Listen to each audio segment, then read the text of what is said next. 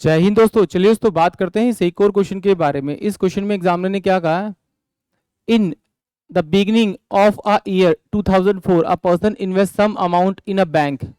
In the beginning of 2007 the accumulated interest is rupees 10,000 and the beginning of 10,000 the accumulated interest become rupees 25,000. The interest rate is compounding annually and the annual rate of interest is fixed then principal। यानी कि examiner ने क्या कहा कि उसके पास एक amount था, principal amount था, उसने क्या किया, उसको 2004 में कंपाउंड इंटरेस्ट पे दिया और 2007 में जो उससे इंटरेस्ट मिला वो 10,000 रुपये मिला और उसी अमाउंट से 2010 में जो टोटल इंटरेस्ट मिला वो 25,000 मिला। तो एग्जामिनर पूछ रहा है कि अगर रेट ऑफ इंटरेस्ट फिक्स है तो वो प्रिंसिपल अमाउंट क्या है। तो हम इस क्वेश्चन को पहले शॉर्ट से करेंगे फिर लॉन्ग से करेंगे, क्योंकि शॉर्ट को समझने के लिए लॉन्ग को समझना पड़ेगा। तो पहले हम लोग क्या करेंगे, शॉर्ट से करेंगे।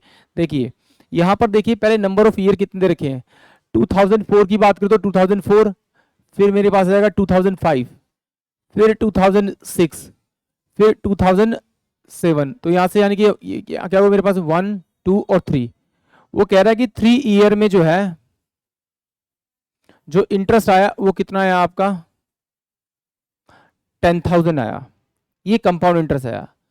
फिर कह रहा है कि वो 2010 में यानी कि 7 के बाद में हो जाएगा आपका 8, फिर ये 9 और फिर ये 10, तो कितना हो जाएगा 6।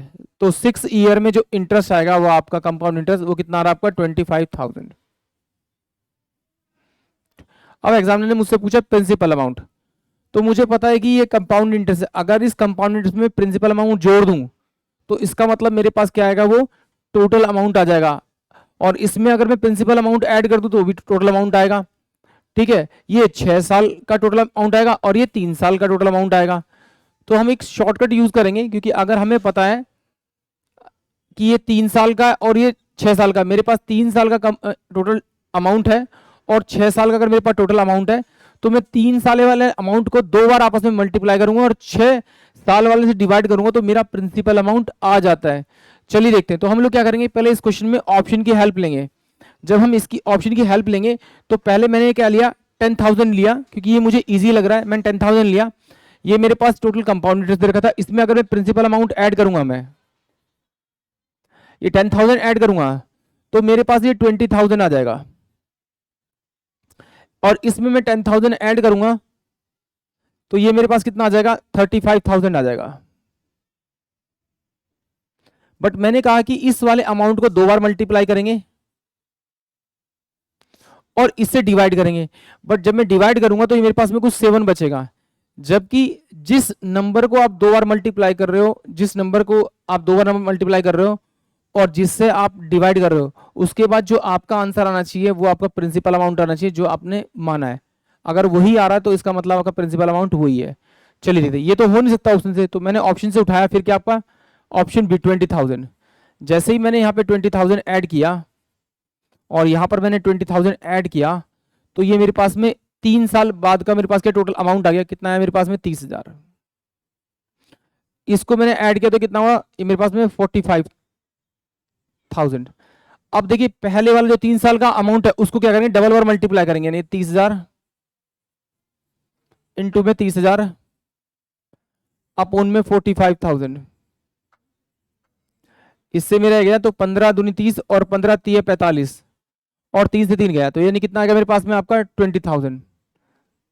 और जो मैंने प्रिंसिपल अमाउंट माना था वही आ रहा है, इसका मतलब कि ये मेरा आंसर करेक्ट है, यानी कि ऑप्शन जो बी होगा वो इस क्वेश्चन का करेक्ट होगा। एक बार फिर समझ लीजिए, अगर आपके पास में 3 साल का अमाउंट दे रखा है कंपाउंड इंटरेस्ट पे और 6 साल का अमाउंट दे रखा है, तो 3 साल वाले अमाउंट को जब आप डबल करेंगे, मतलब 2 बार उसे आपस में मल्टीप्लाई करेंगे और 6 साल वाले अमाउंट से डिवाइड करेंगे तो आपका हमेशा प्रिंसिपल अमाउंट ही आएगा। प्रिंसिपल यानी कि देखिए यहाँ पर 3 दे रखा था या 6 दे रखा था, तो अब ये ऑप्शन से कैसे पता लगा, क्योंकि मैंने यहाँ से प्रिंसिपल अमाउंट कितना माना था 20,000 माना था। अब इसमें ऐड किया तो मेरे पास क्या है, टोटल अमाउंट आया। अब इसको डबल करके इससे डिवाइड करूंगा तो मेरा 20,000 ही आना चाहिए। अगर मेरा 20,000 आ रहा है यानी कि वही नंबर आ रहा है जो मैंने यहाँ पे प्लस किया था, तो वो मेरा प्रिंसिपल अमाउंट होगा और मेरा मेथड करेक्ट होगा। चलिए इसको एक बार आप लॉन्ग से भी देखते हैं ताकि समझ जाए कि ये किया है, कैसे किया है। चलिए देखिए, ये तो मुझे पता लग गया कि भाई प्रिंसिपल इजकल टू 1 प्लस का r बटे में 100 की पावर में 3, ये मेरे पास बराबर होगा आपका 10,000 और प्लस का प्रिंसिपल। फिर दे रखा उसने प्रिंसिपल इजकल टू 1 प्लस का r बटे में 100, 6 इजकल टू में कितना हो जाएगा आपका, ये 25,000 मुझे गिवन दे रखा है, प्लस का प्रिंसिपल अमाउंट, क्योंकि प्रिंसिपल फिक्स था तो यहां से मैंने 20,000 ऐसे ऐड करके अमाउंट निकाला था।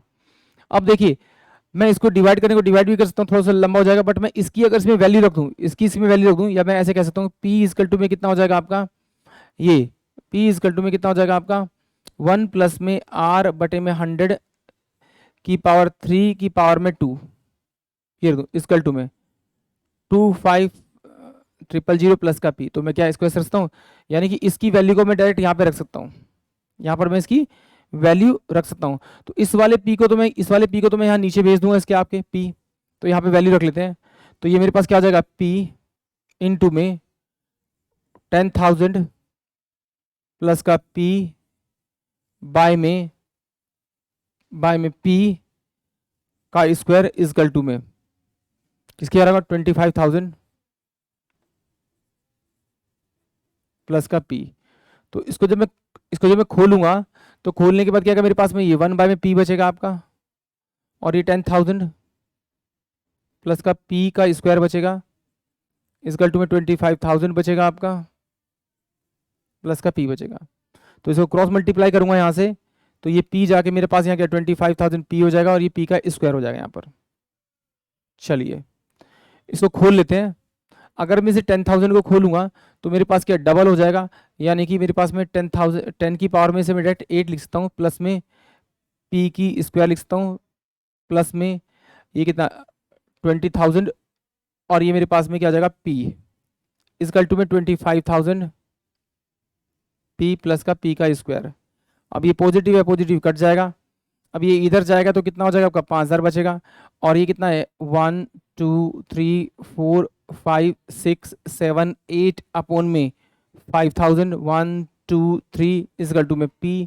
तो इस P से अगर मैं काटूंगा तो ये 3 जीरो से, तो पहले 3 जीरो गया और मेरे पास 5 दूनी 10 हो गया, तो यानी कि कितना आ जाएगा मेरे पास में आपका ये 20,000 इजकल टू में P आ गया। अब देखिए प्रिंसिपल कितना आया मेरे पास में 20,000 है। अब इसी को एक बार यूज करके देखते हैं इस मेथड में जरा देखिए, यहाँ पे अगर मैं 20,000 जोड़ूंगा तो ये मेरे पास कितना आ जाएगा 30,000 आ जाएगा आपका।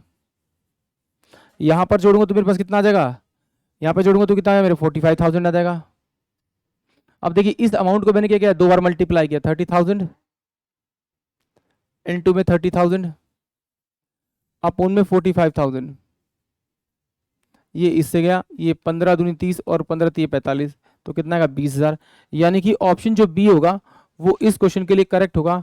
आई होप आप सभी को क्वेश्चन समझ में आया होगा। जय हिंद, जय भारत।